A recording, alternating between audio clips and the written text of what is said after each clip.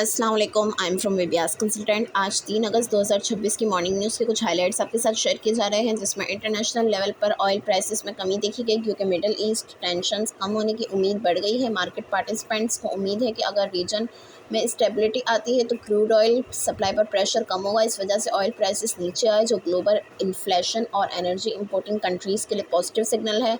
OPEC plus ने सितंबर के लिए ऑयल प्रोडक्शन में 1,88,000 बैरल्स पर डे का इजाफा अप्रूव किया है। ज़्यादा सप्लाई से ऑयल मार्केट में बैलेंस बेहतर होने की उम्मीद है। लोअर ऑयल प्राइसेस पाकिस्तान जैसे ऑयल इंपोर्टिंग मुल्कों के लिए पॉजिटिव है क्योंकि इंपोर्ट बिल और इन्फ्लेशनरी प्रेशर कम हो सकता है।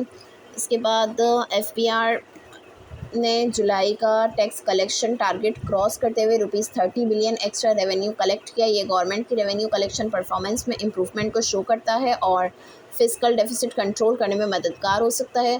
पाकिस्तान की टी बिल्स में $15 मिलियन नेट फॉरेन इनफ्लोस आए हैं। ये पॉजिटिव साइन है कि foreign investors short term government securities में दोबारा इंटरेस्ट दिखा रहे हैं और मार्केट कॉन्फिडेंस इम्प्रूव हो रहा है।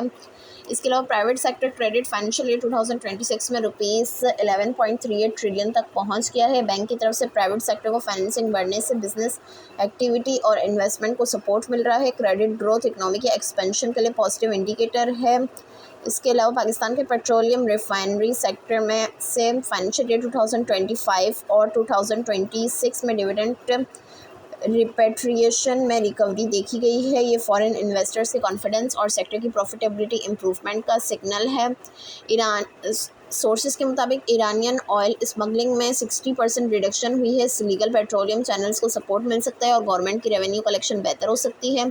आईटी सेक्टर ने आर्टिफिशियल इंटेलिजेंट कैपेबिलिटीज़ डेवलप करने और ग्लोबल मार्केट में कॉम्पिटिटिव एज हासिल करने का प्लान बनाया है।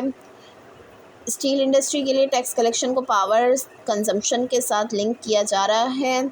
इससे डॉक्यूमेंटेशन इम्प्रूव हो सकती है, टैक्स लीकेज कम हो सकता है और कॉम्प्लेंट कंपनीज़ के लिए लेवल प्लेइंग फील्ड क्रिएट होगा। आरएलएनजी प्राइसेस डिकेड के हाईएस्ट लेवल पर हैं, लेकिन एनर्जी सेक्टर में प्राइसिंग रिफॉर्म्स और सप्लाई मैनेजमेंट पर फोकस बढ़ रहा है। लॉन्ग टर्म में एनर्जी एफिशिएंसी और अल्टरनेटिव सोर्सेज पर इन्वेस्टमेंट पॉजिटिव ला सकती है। सेंसिटिव प्राइस इंडिकेटर यानी एसपीआई इन्फ्लेशन 10% से नीचे आ गई, जो कंज्यूमर प्राइसेस में इम्प्रूवमेंट का सिग्नल है। इसके बाद गवर्नमेंट ने वर्ल्ड बैंक की फिस्कल फेडरलिज्म रिपोर्ट को रिव्यू करने के लिए हाई लेवल बॉडी बनाई है। बेहतर फाइनेंशियल कोऑर्डिनेशन और प्रोविंसेस के रेवेन्यू सिस्टम में रिफॉर्म्स इकनॉमी के लिए पॉजिटिव हो सकते हैं।